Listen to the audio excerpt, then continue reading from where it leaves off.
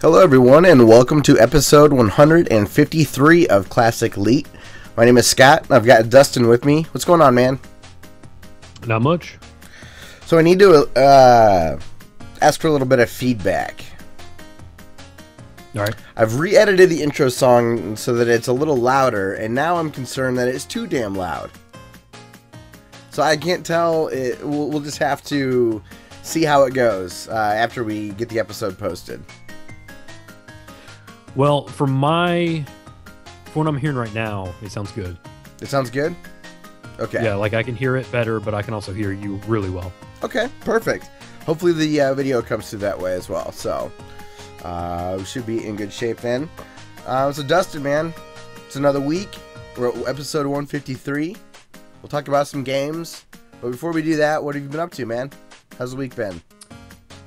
I'll go ahead and do one of my bullet points now. I actually showed you a picture of it. Oh, yes! I was in one of my schools, and I was in my little IT dungeon, and ever since I've been going into that school, there was a piece of equipment up on the shelf, and I would see it, and I'd be like, man, that looks familiar. And then I would I would go through my head of like all my IT stuff that I do, and I'm like, no, I can't pull anything. I don't know. I'll just keep going. I'll forget about it. And I think it was last Friday. I was like, why does this thing look so familiar? So I go up and look at it, and it's a Philips CDI. Yeah, dude, that was awesome. So, of course, I take this thing down from the shelf, and they actually had an old tube TV in there, just kind of sitting around. So I hooked it up with coaxial to the CDI and turned it on, and it booted up. Nice. I didn't have a CD or anything to put in it. Unfortunately, there was no controllers, and there was no like wand of Gamelon sitting around. Or yeah, one of those Zelda Mario's games. Hotel. Yeah, Mario Hotel. But it did boot up, and the CD drive would come out. Okay. You kind of had to like tease it out. You know, that was pretty common for just CD trays and DVD trays from the 90s. You know, those gears would kind of wear down. You'd have to help coach it along. It's mostly because they usually had a mechanism built in where if you pressed on the tray, it would close then by itself. But you know how you always had to push it a little too far and get the gears really going? Yeah. It's kind of like breaking like a suspension or transmission, so... yeah, dude, when I don't get a lot of text messages from you. So when one came through, I was like, oh no, I hope everything's okay. And then I see that it's a CDI, and I'm like, that's awesome. But my first question was, were you able to boot it up? I was thinking the same thing you were. Like immediately, I just pictured you in this, like, in this room, kind of looking over both shoulders real quick, then looking around, scanning for a TV to hook it up to. If I had had the means, I would have been playing it that day. Please tell me that it was a CRT TV that was on one of those push carts. It wasn't on a push cart. It was actually a CRT VHS combo. Oh, okay. So, just to show you how old it was. Just when I was in high school, they would push around big tube TVs on like library carts to take them from room to room. Yeah. So, you knew you were going to have a pretty chill period when one of those came in. Oh, it was the best. Oh, you want to hear something funny? Yeah, dude. So, there was this kid in my Spanish class. Now, this story got pretty popular through our high school. We had this Spanish teacher that wasn't real smart. So I wasn't there for this, but the kid failed Spanish that year. And so I had class with him the next year, the kid that pulled off this prank. So that cart shows up in Spanish class, right? And the kid is in the first row and steals the remote control. Tells the Spanish teacher that it's voice activated.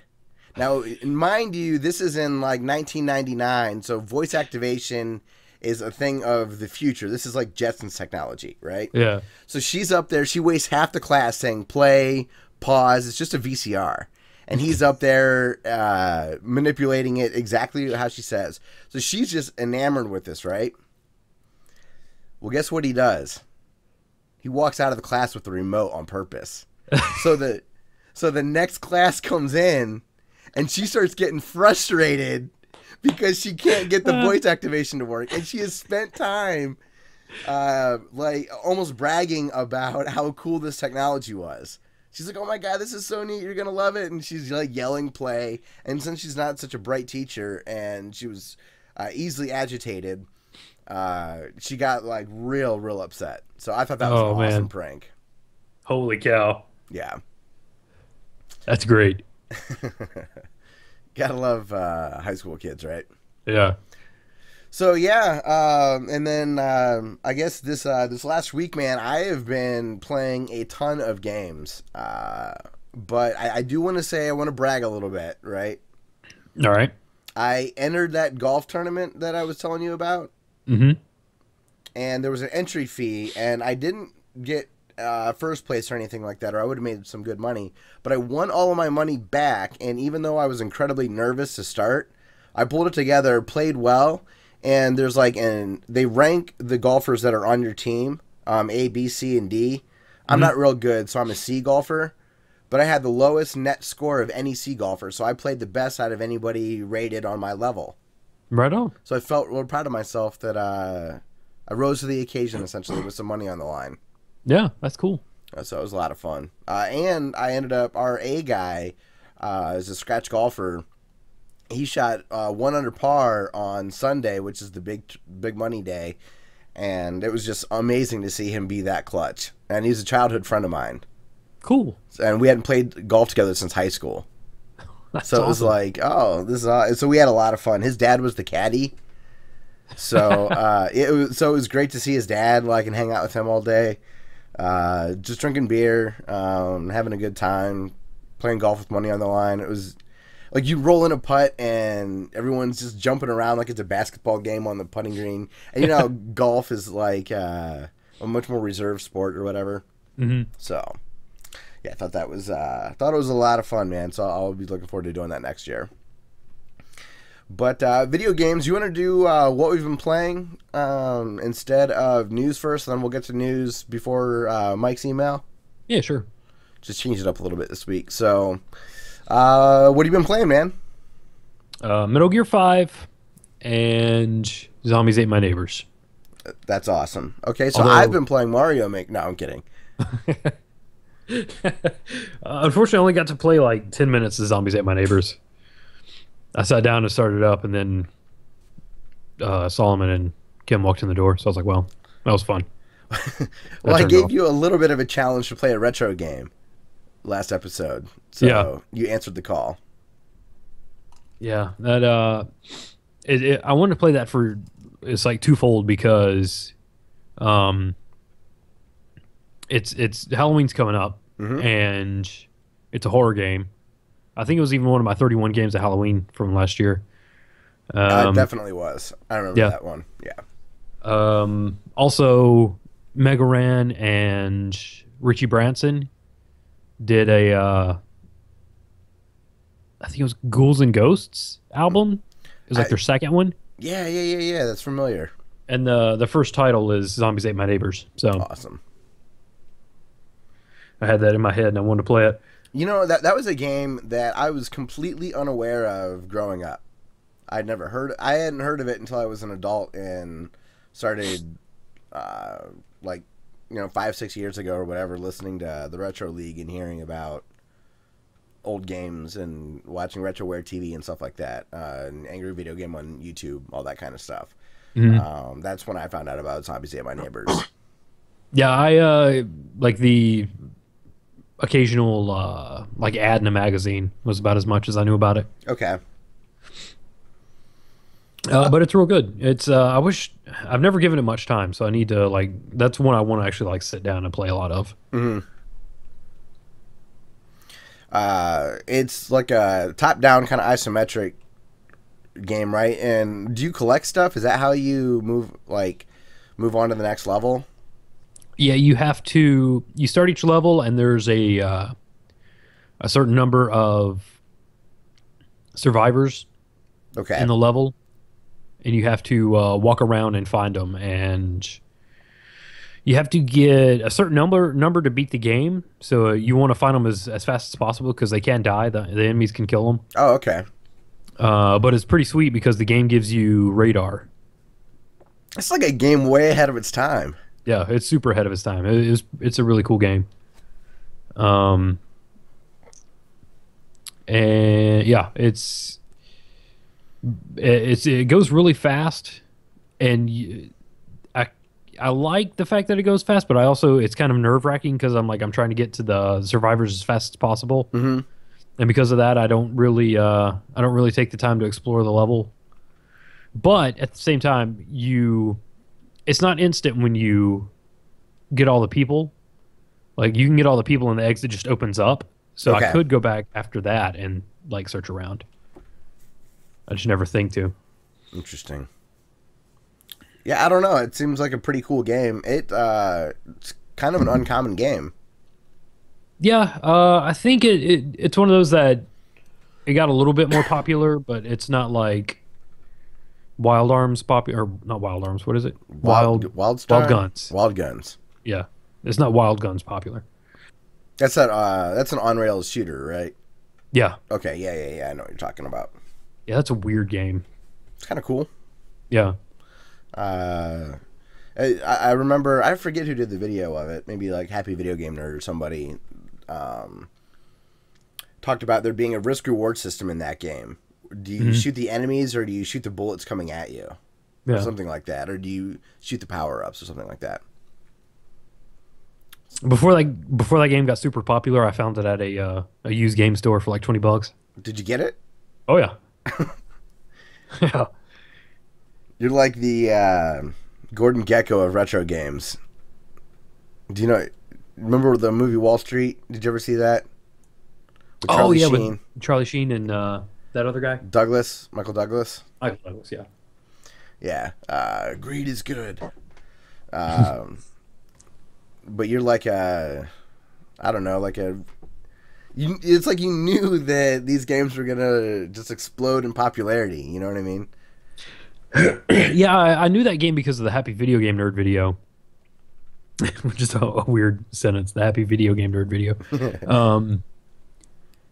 But like, I remember it wasn't even on the shelf. It was in like they had like milk crates filled with like stacks of loose carts, Oh, and like behind the shelf, behind the counter. So I was like, "Hey, can I look through those?" And he was like, "Yeah, sure."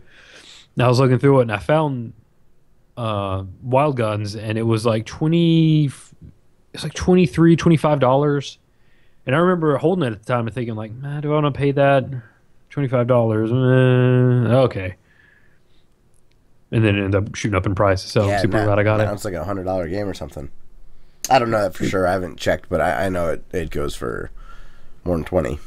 Which is pretty awesome, man. Yeah. Metal Gear Solid 5. Have you beaten it yet? Not yet. I wish I had. I'm really excited to listen to the spoiler cast from Giant Bomb. Oh, I'm gonna listen to that. Because I've watched enough Metal Gear Scanlan. Mhm. Like, I'm never gonna play a Metal Gear game, so I don't care about. I'll just want to hear them gush about a game. Yeah. I'm tempted to listen to it myself and just spoil the game for myself, but at the same time, I kind of want to beat it without knowing anything. I don't know. I haven't decided yet. Unfortunately, I haven't had an opportunity to get to play it very much, but today I unlocked Diamond Dog. Okay. So in one of the episodes, I saved this puppy at the beginning of the thing. I attached a parachute to him, and the Fulton balloon like took him up. And then after doing so many missions, now I can use him. He's a full grown dog, and he's super useful. Like, he smells enemies and weapons and all the different herbs that I can use. Sweet. So he like points out enemies before I run up on them and get myself caught. And since you're playing stealth, that's like perfect. Yeah, he'll probably be my main go-to. Awesome. I did one mission where I actually just kind of went balls out instead of doing the stealth, because it was there was some tanks and a tank commander, and the objective of the mission was to kill the tanks, and I can either kill the commander or extract him, and I extracted him. But usually I'm very quiet, very very sneaky, but this time like I was literally riding a horse shooting a rocket launcher at tanks. It was awesome. What a weird game. Yeah. I don't. Yeah, see, that's why I think I'm just going to experience that one through other people. Yeah. I don't. That's understandable. Although hearing that the gameplay looks good, I could see it dropping like $20 or something on Steam, maybe in like a year or so, and I could see myself picking it up. Yeah, it'd be worth playing through. But at $60 right now, I just bought Mario Maker, so full price games are not something I'm going to dive into. And I'm getting further and further back on The Witcher. Part of that's Mike's fault, though. He sent me The Witcher, but he also got me hooked on the Vita. So. Oh yeah. Yeah, I mean, Phantom Pain. How many chapters roughly would you say that you're into it? I know you unlocked chapter 11. Yeah. Kind of out of order. I actually just started episode 12, but I was also doing a bunch of side op missions. I unlocked my combat section of my base. Okay. So now they go out and they run missions. So now I have like more money and supplies coming in. So that's really cool. Kind of like when you make an SCV in Starcraft. Yeah, right. What else? What else? Yeah, I send them on like different missions. I'll get. Sometimes it's soldiers, sometimes it's money, and it's great because like I'll start a mission, and then I'll send people out while I'm on mission to do other missions, and then usually by the time that I'm done with a mission, they're done with their mission. So I'll get like this whole list of like all this stuff that I'm getting. That's awesome. Yeah. Torchlight 2, maybe even Torchlight 1. I don't know. I didn't play much of that, but Torchlight 2 definitely had a pet system. And when you acquired a bunch of stuff, you could empty your inventory into the pet, and it could go cash it in for you. So you didn't have to waste your time going into town. So it's cool. Oh, yeah. So it's really neat to see kind of a version of that where you're sending troops out to go accomplish stuff for you, and then you kind of reap the rewards from it without having to waste your time with a bunch of other stuff. Yeah. That's awesome. Man, that game was great. Torchlight 2. We used to play that co-op. Mm-hmm. Yeah, we put a couple hours into it. We need to do another co-op video. Yeah. We haven't come up with one in a while. We need a great. Oh, it's too bad Mario Maker doesn't have 2D. Or 2D. It is 2D. I meant 2-player. Oh, it'd be great. So, yeah, man. Is that pretty much been it then this week? Yeah, pretty much. The missus and I started watching Walking Dead. Have you never watched that show before? I've seen the first 4 seasons, and Okay. she hasn't seen any of them. Just my personal opinion here, but it progressively went downhill. I loved the first season. Yeah. I really like the comic books. I think I've told you about that. My brother got me the compendium. Oh yeah, I think so. Yeah. So, yeah, I'm about 2/3 of the way through the compendium. I need to get back to that, actually. Yeah, watching them with her, I'm sitting there like counting down the episodes to when my least favorite characters die. Yeah. So I don't have to be around them anymore.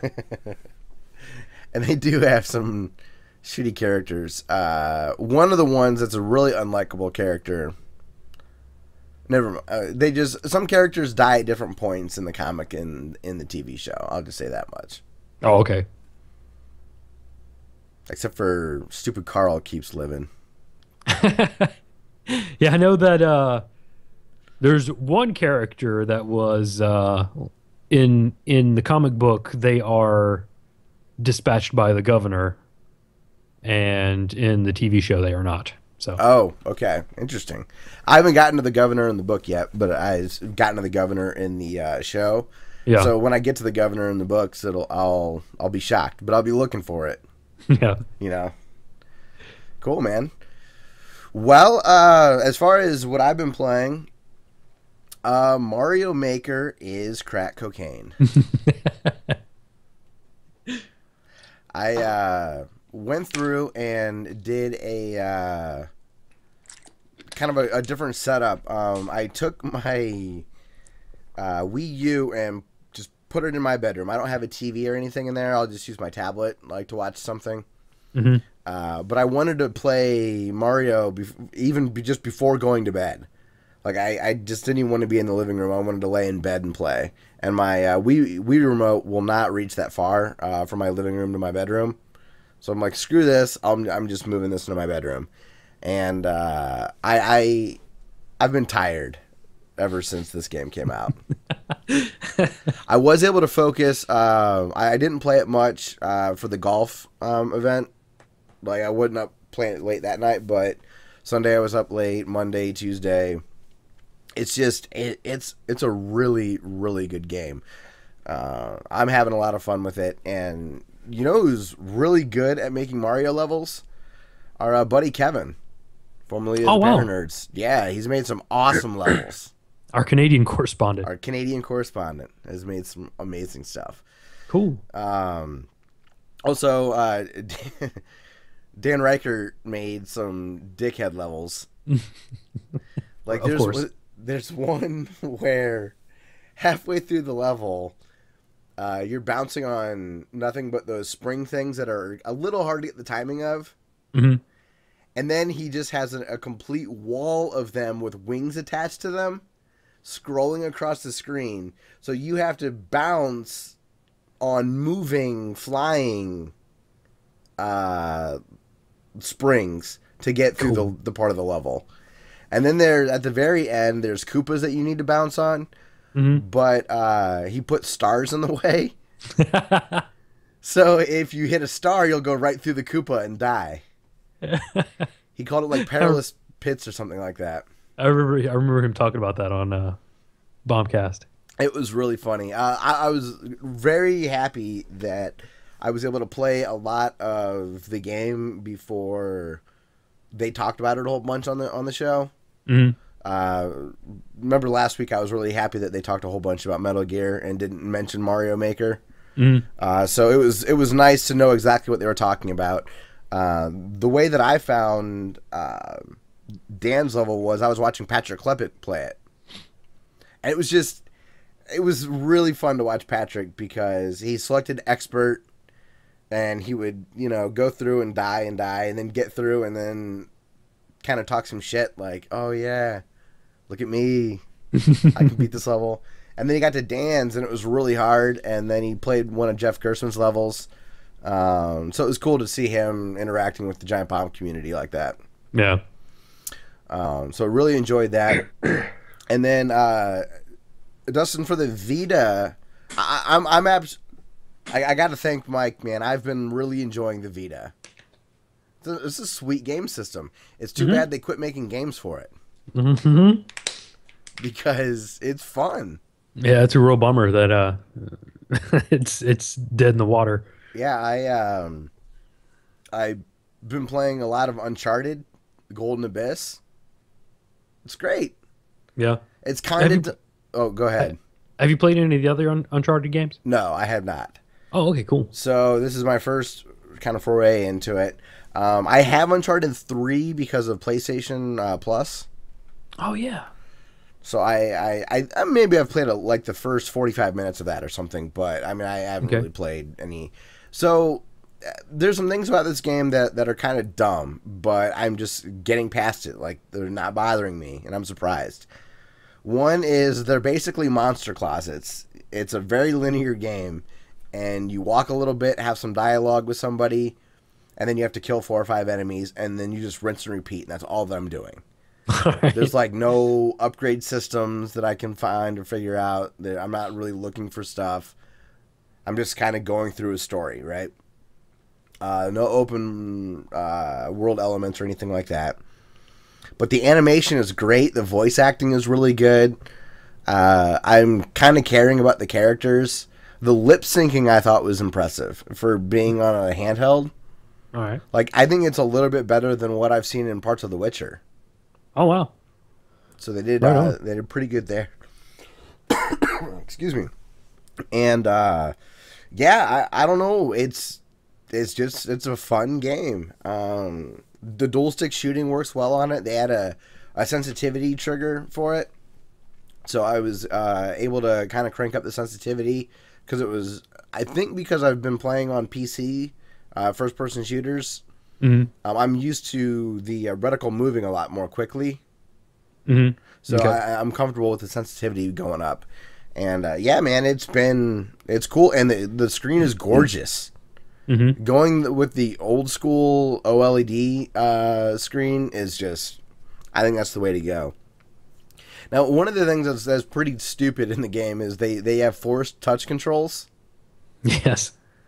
So one of the things is you'll find an item and it'll be covered in dirt, and so you have to wipe the dirt off on the screen, on the front screen, and then you have to touch the back screen to move dirt off the back of the object, and then they'll have some sort of a percentage marker of how clean the object is or whatever. And once you get to 100%, then you can use it. And there was a part where it took me a while to figure out what was going on, but this item that I was holding just kept spinning and spinning. and I couldn't like swipe it. And then I realized that that my left hand was holding the touch screen. Yeah. So the touchscreen is too big on the back of the original Vita. I think they shrunk it on the next, on like the slim version. But yeah, I felt stupid. I'm like, what am I doing wrong here?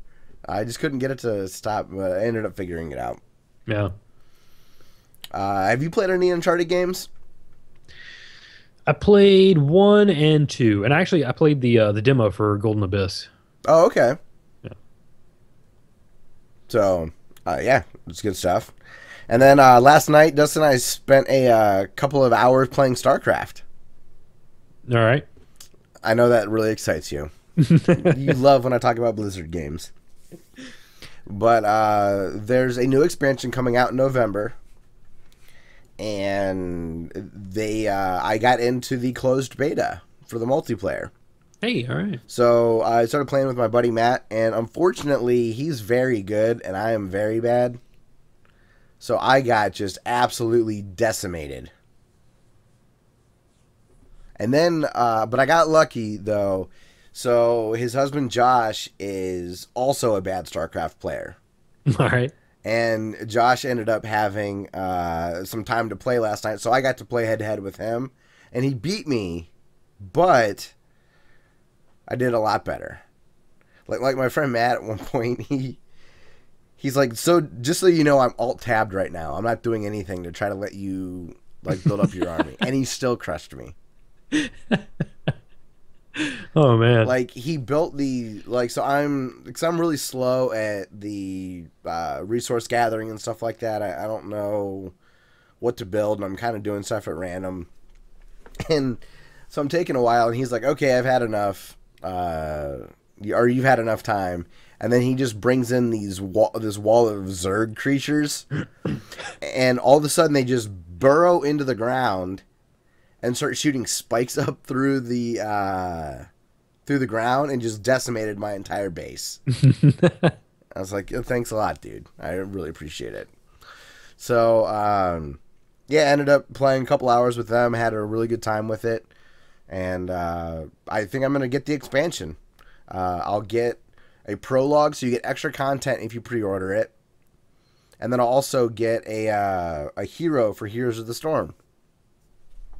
So it's like, all right, I can do that. I didn't really play the last expansion though, even though I bought it. What was the last one? It's called Heart of the Swarm. Okay, so it was HOTS. Yes. I was thinking Heroes of the Storm. No. Yeah. Heart of the Swarm. Okay. Yeah. Blizzard. They love to troll their fans, man. Yeah. You should have heard like podcasts when Heroes of the Storm was first announced. People got it wrong all the time. Yeah. They kept getting them mixed up. So, really enjoyed that. And then going back to the Vita, man, I forgot how much I loved Hotline Miami. That game is unbelievable. Did you play that on the PC? No, on PS3. Oh, okay. So luckily, I got cross-buy credit. Sweet, yeah, sweet. So it was just a game to download. Like I said, I got the 32 gig card for the Vita, so I feel pretty good about downloading a bunch of stuff. That game is just... It's amazing. I love the music. I love the controls. It plays great on the Vita. Oh, and another game I got for the Vita, because I bought like a lot, was Luminous. Did you ever play a Luminous game on like PSP? I played the first two on the PSP, yeah. Okay. So the Vita one's great. I went back and watched some reviews of it, and the reviews I saw kind of raved about it. I watched Greg Miller back when he was on IGN, and he gave it a 9 out of 10. So I'm like, all right, sweet. And I got a really good deal on it on eBay, so it was in good shape there. And that's been pretty much it. But Mario Maker is really kind of it for me. I'm loving that. So let's roll into news, and then we'll get to Mike's email. And since I published last week's episode so late in the week, unfortunately our buddy Demez and friend Zarek have not had a chance, I don't think, to actually watch the last episode and leave some comments. So I'll kind of wrap things up here pretty quickly. But Dustin, Mighty Number 9. The demo's delayed. It was supposed to be out a couple days ago. Yeah, I heard that that may be having some trouble. I think it may have been Bombcast that was talking about that. I must have zoned out. I don't remember them talking about it, but who knows? When I'm doing work and whatnot, like I'll miss big chunks of podcast episodes. Yeah. You know? Oh, you know what's the worst? When you miss the very beginning of a conversation and then you don't know what game they're talking about. I know. And they talk for like 20 minutes, but they never say the name of the game that they're since the beginning of the conversation. That's the worst. We're kind of guilty of that sometimes. Yeah. It's hard as a podcaster to remember that's a possibility. And then you don't want to get too annoying and constantly say, so Mighty Number 9 was delayed. Right, yeah. No, Mighty Number 9, Mighty Number 9. So, yeah, I don't know. Were you, are you a backer on Mighty Number 9? I thought you were, weren't you? Was I? No, I did Bloodstained and Shenmue. Oh, okay. Yeah, so I feel bad for the people that had their hopes up about it, but they need this demo to be really good, I think, because they spent a long time. They've spent a long time developing this game, so they need it to sell. It's not like they're just riding off of all that Kickstarter money. You know what I mean? Like it had to have cost more than what they raised if it's taking this long. Especially with them trying to do, what is it, Red Ash? Which is that game, the Mega Man Legends spiritual successor. Oh, that's right, yeah. And the anime counterpart. And so if Mighty Number 9 is looking like it's having problems, then that really doesn't cast a good light on Red Ash. No, so, but that means that they got to nail the demo. Like if they nail the demo, all will be well in terms of nerves and whatnot. And something we didn't talk about is, did you see that Fox picked up the movie rights to Mega Man? I did not. Yeah. That's cool. So I don't know. Fox has made some crappier movies lately. It's too bad like Disney didn't get it or something. Like what? Wasn't Fox the people that did the new Fantastic Four? Ooh, it may have been. And they did like the Wolverine movie or movies. Some of them are okay. Like some of those X-Men movies were pretty good, like the First Class and stuff like that. Yeah, that one was really good. I liked those. So, yeah, I don't know. I keep reminding myself of BioShock Infinite when I see that games are delayed, Hmm. and I'm remembering like, okay, that could mean a good thing that they're taking their time with it and not just rushing. So I don't know. Hopefully it turns out great. Yeah, But delays are usually a good thing. It's I don't know, it's a little weird to delay a demo. I don't know that how many people are actually like Mighty Number Nine kind of came and went, and it hasn't even been released yet, right? Like all the hype died. yeah, So they need to get something out, but at the same time, if it sucks, then it's going to be a then they're in trouble. yeah.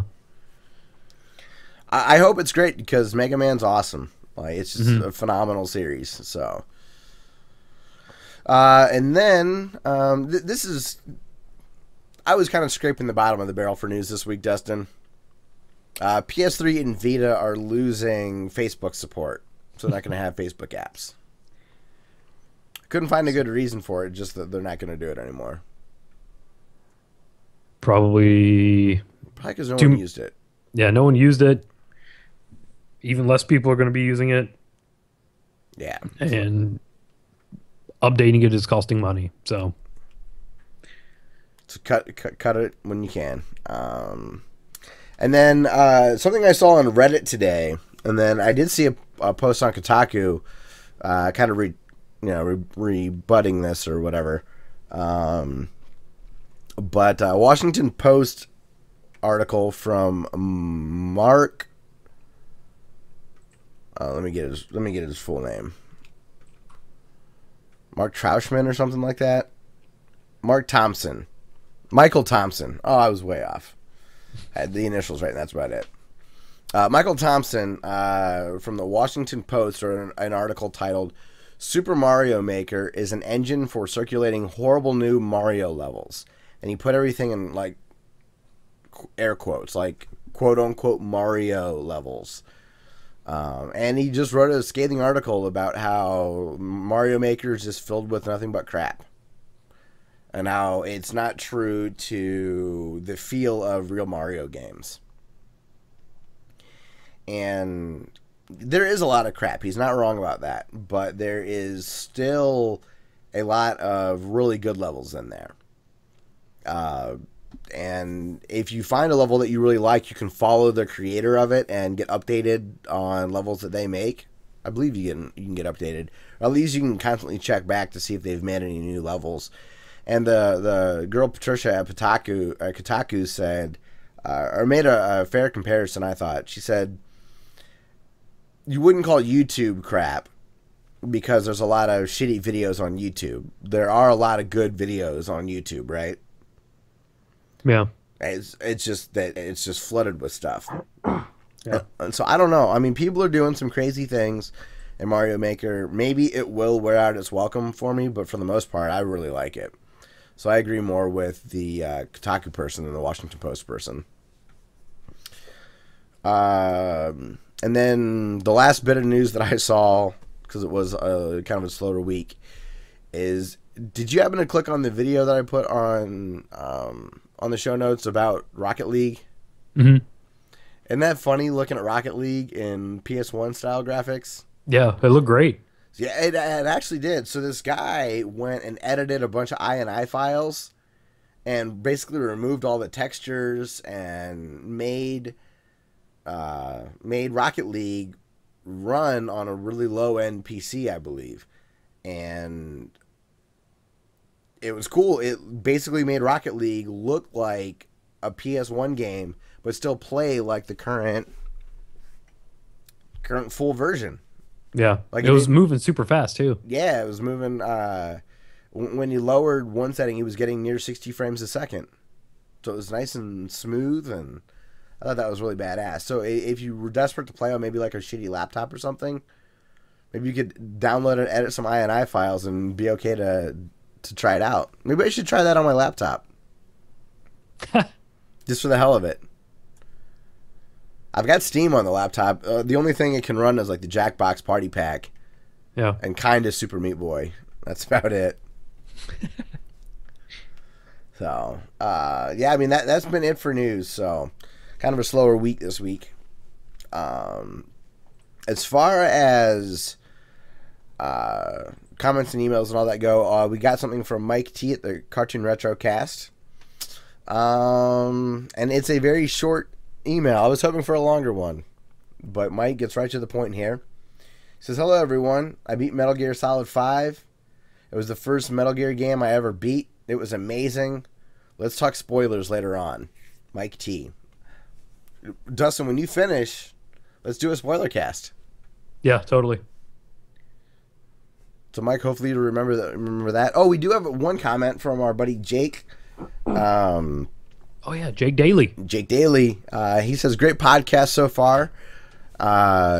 He says, "I missed your last one. I enjoy listening to these on drives going to work. Keep it up." So, yeah, man, that's awesome. Really glad you listen on your way to work.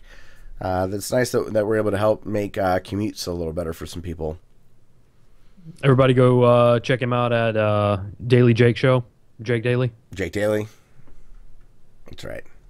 So, Jake, maybe you might have not understood that joke if you missed our last episode. I forget when we talked about him having his own show with that name. Maybe he didn't say anything because he already has that show. It might exist. He's offended because we're not fans. Yeah, or we're oblivious to it. Start Googling. So, awesome, man. Well, Dustin, we have a Retro League tournament to get to. Yes, we do. And then I will play some music, and I've got a phenomenal song this week. I'm very excited to play it. So hopefully you're sticking around for it. So at the retroleague.com, you can go to their 1990 video game tournament. It's an NCAA-style tournament, and let's get started. I'm going to work our way up from the bottom, Dustin. All right. So we've got the home computer wildcard bracket, and we have the number 1 seed, Champion of Kryn on the Amiga versus the Immortal on the Amiga. Ooh, must not have very many Commodore 64 fans over at the Retro League. Oh, yeah. Remember, that's what we based it on? Yeah. All right. So, the Immortal? Okay, I was going to say the Champions of Kryn.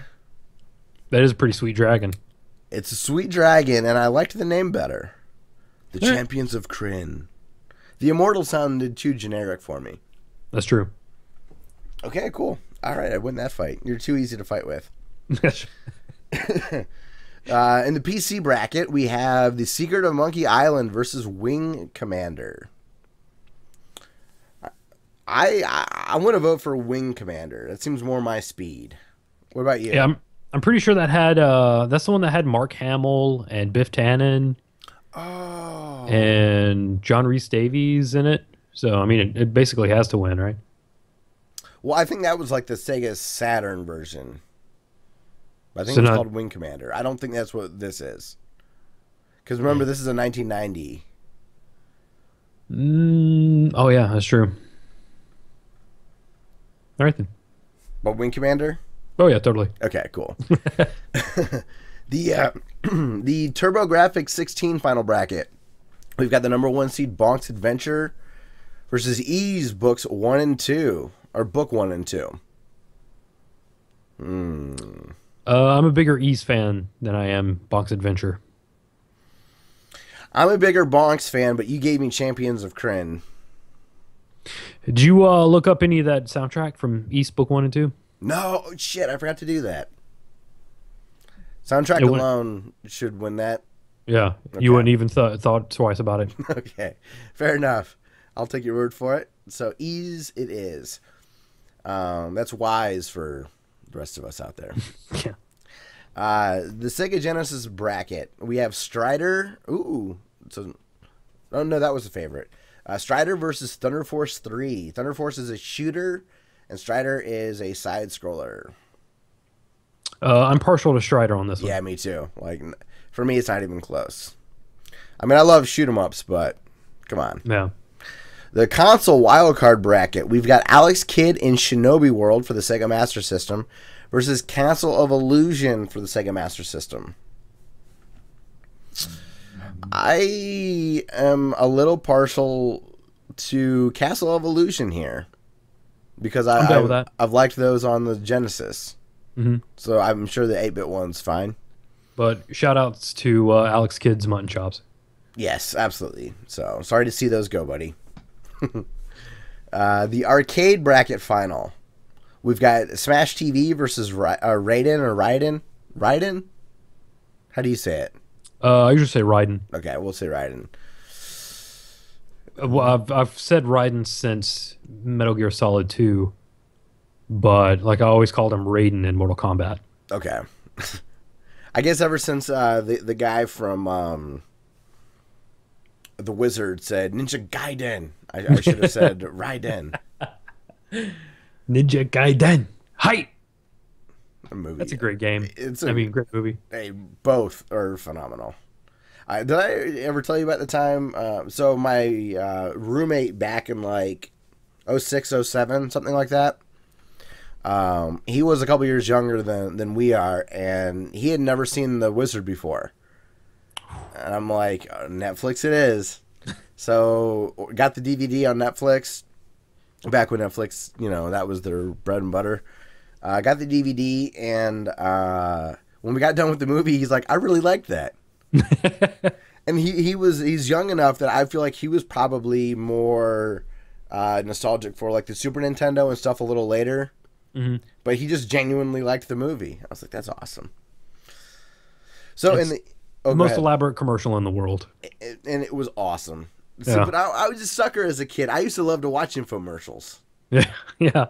I just did. It was dumb.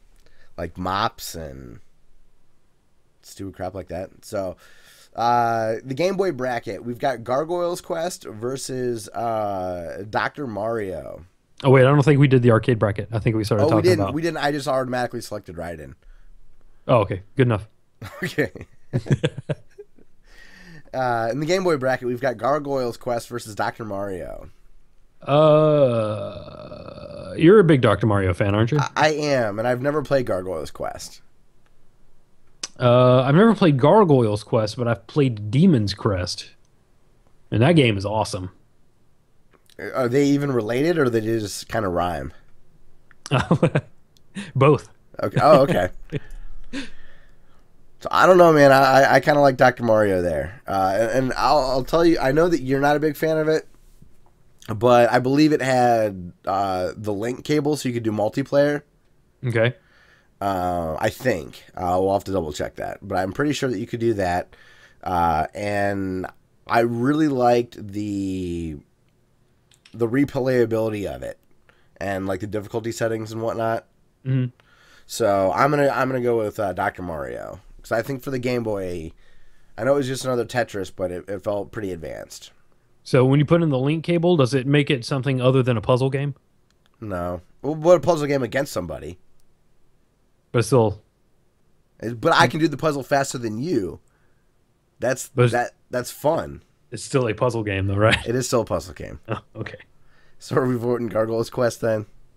No, I haven't played Gargoyle's Quest, and you love Dr. Mario. You've played it. Okay, so all right. I think that trumps it.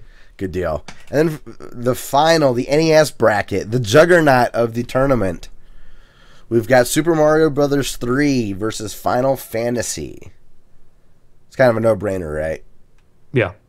Mario 3 it is. Yeah. I'm pretty sure... I think everybody knows that's going all the way, right? It's kind of got to. Yeah. Especially out of what's left. I mean, it's going to be taking on Gargoyle's Quest next. Right, yeah. It will murder that. And then you're looking at it taking on either Smash TV, Raiden, Alex Kidd, or Castle Evolution. Like, it's going to stomp those two. Mm-hmm. I'm looking through this, and... yeah, I'm just not seeing... because, like, Castlevania 3 and Mega Man 3 are out of the tournament, it looks like. Yeah. Those are the only other games that I could have saw, and they're already knocked out, so... well, at this point, Dustin, I think that's it. I think we've got an episode done. Yep. Thanks a lot, Mike, for writing in. We'll definitely do a spoiler cast. I wouldn't mind hosting another one. just like Bloodborne. I didn't know what was going on, but it was cool to hear everybody talk about the game. So, yeah, we'll definitely get to that. And then everybody, as far as thank yous go, I want to thank Ben Landis very much for letting us use his song Through the Forest as our intro music. And shout out to our buddies Demez, Zarek, Mike T at the Cartoon Retrocast. They just did Bucky O'Hare, and that's been a good episode to listen to. Oh, So wow. if you're interested. I never saw that cartoon, so it was kind of cool. The game was good. And that's what they talked about. Mike was more familiar with the game than he was the cartoon. And then this week, outro music is by Breakbeat Heartbeat. And it's this girl from the UK. And this song is called Grey off of her album Leaving Home. Let me double check that.